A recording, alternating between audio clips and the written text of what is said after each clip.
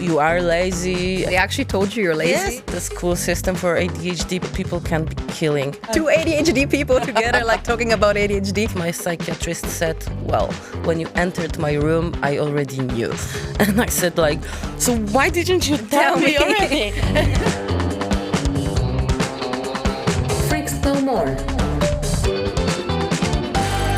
Hey everyone, I'm Vicky and this is Freaks No More, the show where we tackle myths about visible and invisible disabilities and neurodivergent brains, and tell you how you can be a good ally to people who just experience the world differently. Today's episode is about something that you probably might have seen pop up on your feed. The hashtag ADHD has over 4.5 million posts on TikTok, billions of views. But what exactly is ADHD? So you might have heard things like, oh, everyone nowadays has ADHD, or ADHD is just excused for being lazy. But which ones of these statements are true and which ones are false? And for this to help us distinguish fact over fiction, we have Martyna Masztalerz with us. Very well, thank you. She's a journalist, actually, a broadcaster here in DW.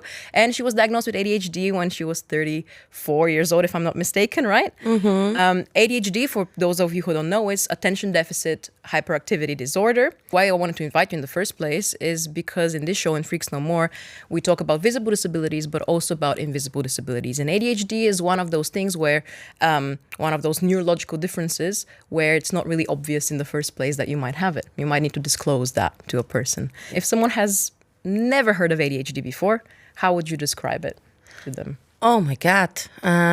It's a lot. Like actually, if I could put it in 3 words, it would be, it's a lot. It's a lot.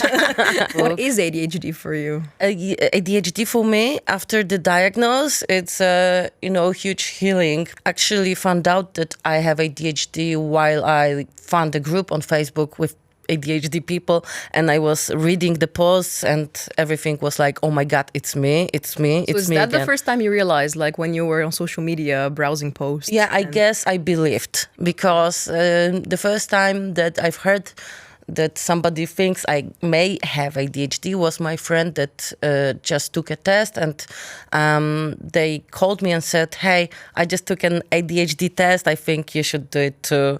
And I was like, yeah, later. You're procrastinating your own diagnosis. Exactly. What was it like for you, the diagnosis process? Was it easy? Was it hard to get a diagnosis? The hardest part was impatience. I was thinking that I'm probably ADHD, but I only needed this little sign of psychiatrist on my papers. And yeah, actually when I got the diagnosis, my psychiatrist said, well, when you entered my room, I already knew. And I said like, so why didn't you tell me already?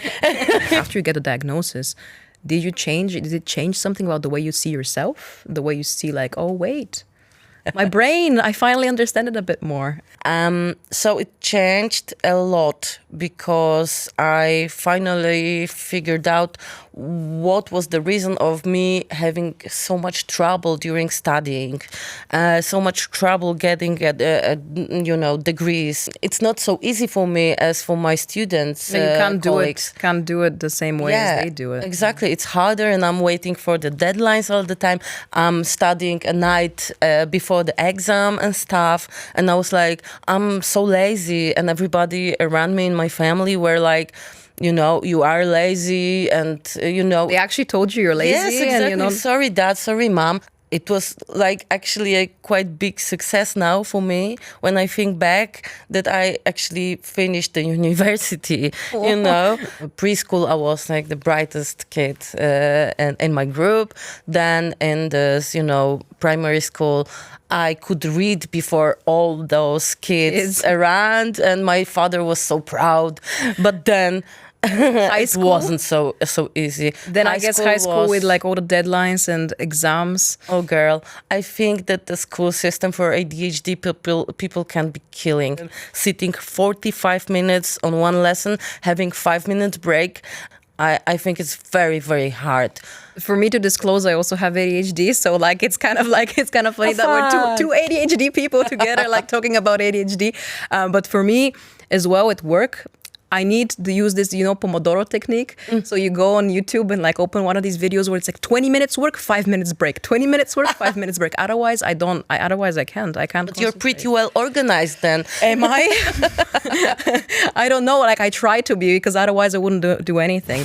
One of the things that I wanted to ask you is a lot of people consider ADHD a disability. And other people say, wait, it's not a disability. It's like a neurological difference, what we call it under the neurodiversity umbrella. So by your experience, would you classify it as a disability for you particularly? It depends, like everything. I don't think that I would consider my ADHD as a disability, but there are the moments that it can be considered like a disability. Like, for example, when I scroll my phone whole day and I can't move, like I literally can't, put away the phone and make my stuff. I'm really lucky because my work is my hyperfocus. And I consider myself lucky, as many people don't have this luck to have such enjoyable and, focus-friendly jobs. For people who don't know hyperfocus, maybe we should know hyperfocus. Very good point.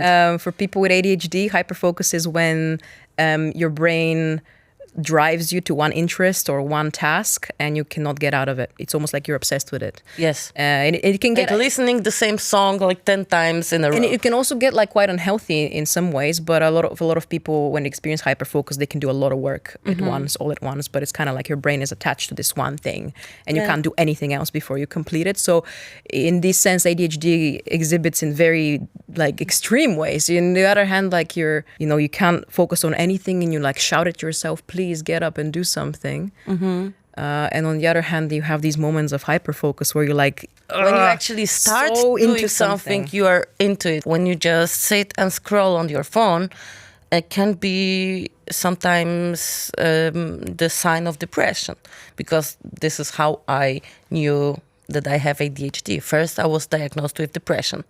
Then after 2 years of medications and therapy, I was like, I don't know, it doesn't work. I think it's something behind it. And then I got the ADHD diagnosis. But people with ADHD experience depression more three or 6 times as likely. 3 times more likely. Yeah. People with ADHD are 3 times more likely to experience episodes of depression. So I was going to ask you anyway about how you found out, and was it through a depressive episode? Yeah. Behind you. You see this colorful wheel? So for the people who are just listening, and behind us we have this colorful spinning wheel. Each color represents a different statement. Some statements are things about ADHD that are true, and some things are really big myths. So things that are completely not true. I love it. You spin the wheel. Okay, 3, 2, 1. It is blue. People with ADHD easily get addicted. Is that true? Do you think that's true? I think yes, definitely yes. It actually is true. Research has shown people with ADHD have an increased risk for addiction. Probably it's the way that our brains work. Probably it's the way that people cope. But apparently substance and alcohol abuse were about 6 times more likely in cases with ADHD compared to those that don't have ADHD. This is crazy. For me personally, I've never had an addictive personality, but I definitely could get very addicted to things and hobbies and things that I get obsessed with like very intensely for months at a time, and then I abandon them completely. Yeah, it's probably because ADHD people are dopamine seekers. Or even things like social media. I mean, I don't know how it is for you, but it's so easy to distract yourself. I mean, that's for everyone, I guess, because social media is meant to addict you. But I guess with people with ADHD, it's even more relevant because you just physically, you seek dopamine and then it's right there in your hands. You never know what the next reel is about, and you're just scrolling the social media, opening new gifts all the time. So addiction is one thing, and then let's see what else the wheel has to say. Okay. Green. Oh my. Only little boys can have ADHD. What do you think about that? Yeah, I'm a little boy. The diagnosis in Poland and medications in Poland where I'm from, is only before you turn 18. Yeah, of course, you can see a little boy running around and sometimes being overreacting or aggressive or something, and you think, oh yeah, ADHD. And you see this little girl in the corner being, overwhelmed with everything, and you think that she's just weird. The ratio of boys to girls with ADHD is 3-1, so people under 18. And in adulthood, of course, it's 1-1, because, distribution of genders is kind of equal. So women and girls are definitely underdiagnosed as kids. Well, you got diagnosed when you were an adult, but in Poland, and you said that's quite hard to do usually. The medications are very, very expensive. For example, right now I'm taking the medication that is, I guess, the best on the Polish market. And it costs over 100 euros in Poland per month. And insurance doesn't cover it? No, not at all. It covers it only if you're a kid. We're going to talk about medication a little bit more later, and I'm going to ask you about it. But let's spin the wheel again, see where it lands. Light turquoise. This one is my favorite. This one is the one that we talked about in the beginning. People with ADHD are just lazy. People with ADHD are just lazy. That's usually what people assume, and a lot of people don't understand. Where it comes from, that inability to do tasks on time, or being late, or procrastinating. Sometimes I think of myself still. I think of myself that I'm lazy, maybe because my diagnosis was pretty late and I just didn't understand it. Yeah, I still think I am lazy, but I think it's actually it's not true. Yeah, but it takes a lot of time to get that out of your head, and not blame yourself. Yes. When you have these moments of inattention or moments where you can't do stuff, to not call yourself lazy. For me, it's like that. I also sometimes perceive myself as lazy, and I know that I'm not. That's the thing. I work really hard for things, but sometimes your brain is telling you well, you can't do this thing that all these other people can do. Yes, this is so easy. So, of course, the conclusion is that you might be a bit lazy, which is not true at all. Yeah, and a good thing to deal with it is, my therapists used to say, it's just be good to yourself. When you feel you have no energy for something, do something good for you. Apparently, the region responsible for regulating attention, behavior, and emotion, the prefrontal cortex in the brain, tends to be a bit smaller in ADHD brains. And of course, what we know is dopamine. So dopamine regulation is off in ADHD brains, and there seems to be less dopamine in general available in the brain. Yeah. So literally there's a physical difference in the brain of people with ADHD that is it's not a behavioral thing. It's a physical, neurological thing. Yeah, blaming yourself is the worst thing that you can do. You can find something which is addictive actually and gives you dopamine, but it's also healthy for you. When you're growing up, did your parents ever, I don't know, guess or suggest, wait, my kid might have ADHD? Or was it even awareness that there is such a thing as ADHD? No. It was only this little boy in the class having ADHD.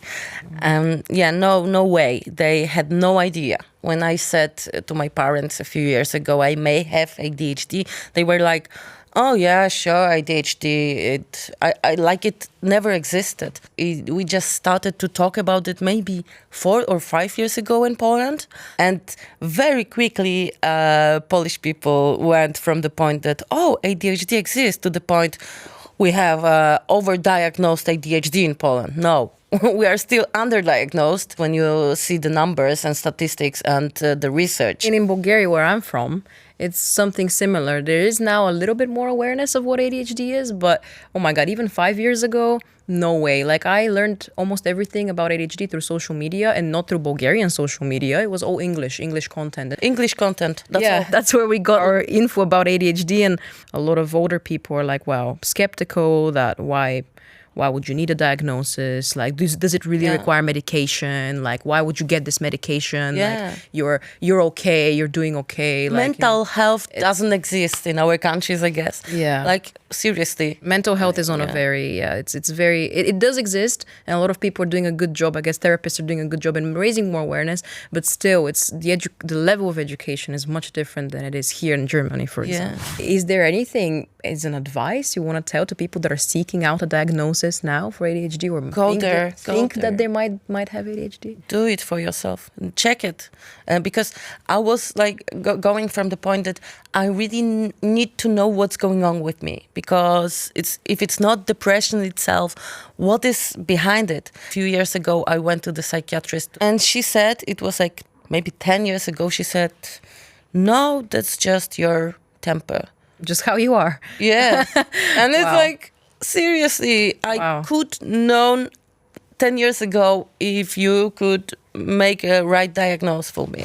In the past, ADHD was a completely different thing. Probably not many people were aware that it even existed. And I actually have a surprise for you. Maybe we have a time machine in the studio.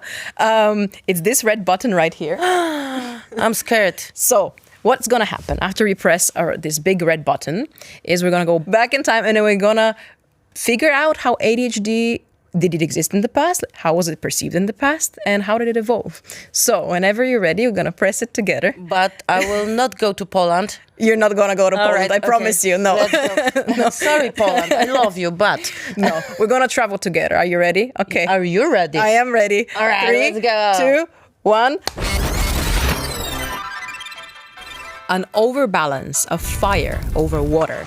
This is where ADHD character traits originated from, at least according to Greek philosopher and physician Hippocrates back in 493 BC. The remedy? A bland diet with fish and lots of water. ADHD as a disease of attention first appeared in 1798 in a book written by physician Sir Alexander Creighton. The remedy? Cold baths, horseback riding, or total isolation from any stimuli, if necessary, in darkness. In 1902, the British pediatrician Sir George Frederick Still noticed symptoms like aggression and problems with concentration in some children, mostly boys.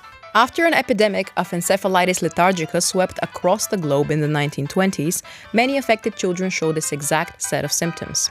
Although today we know that ADHD and post-encephalitic behavior are two different things, the findings increased the rate of interest in ADHD. In the 50s, the FDA approved Ritalin in the US, which turned out to be a popular ADHD drug.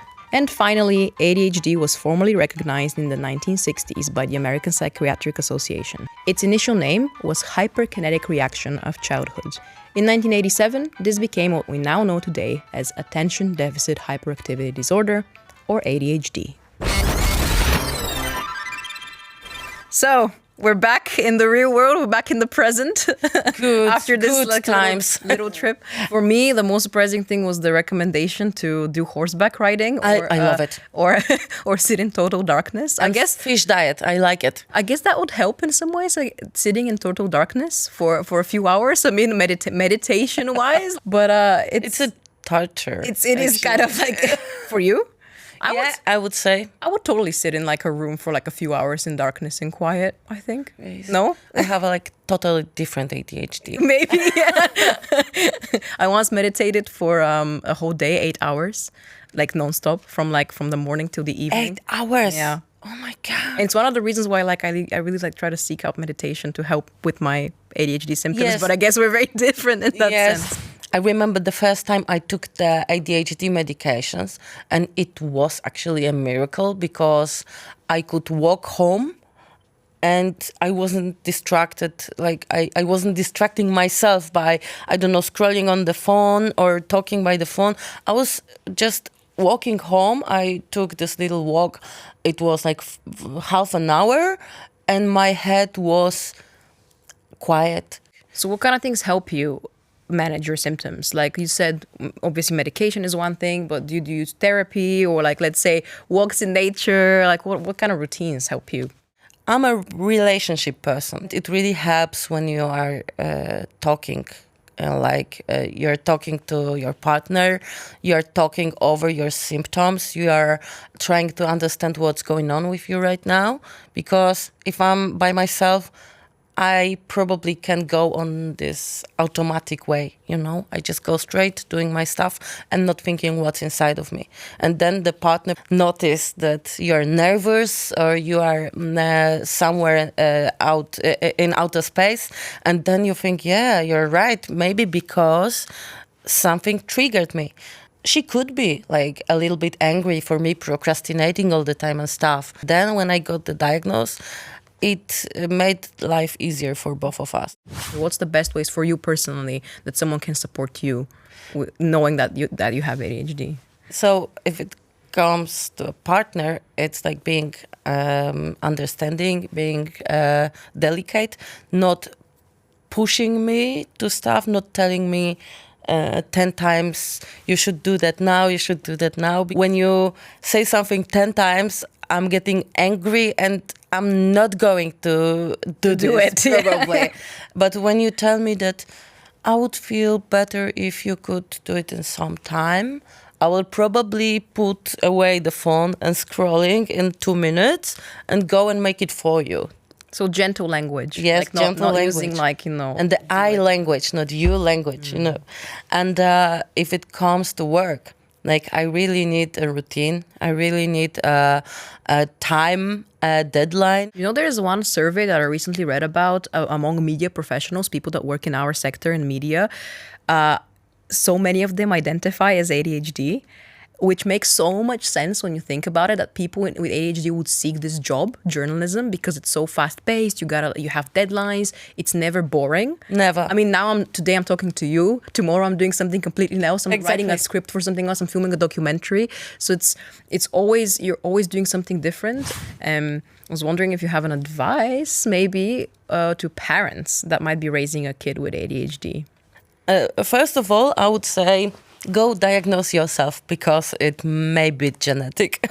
It is true, actually. ADHD can be highly genetic, highly heritable. Yeah, so when I look on my parents, and they can say now as well, they probably both have ADHD. So parents, word of advice, be supportive to your kids. Yes. And maybe get diagnosed as well. If your kid has ADHD, maybe also check if you might have ADHD yourself. Thank you so much for the lovely conversation, Martyna. Thank you so much. What did you learn about ADHD in this episode? And was there anything surprising? Let us know in the comments, or write us an email if you have any questions on freaks@dw.com. And if you're tuning in to the audio version of this podcast, also check us out on YouTube. I promise it's really colorful. Bye from me, and remember, be kind, be patient, and be understanding.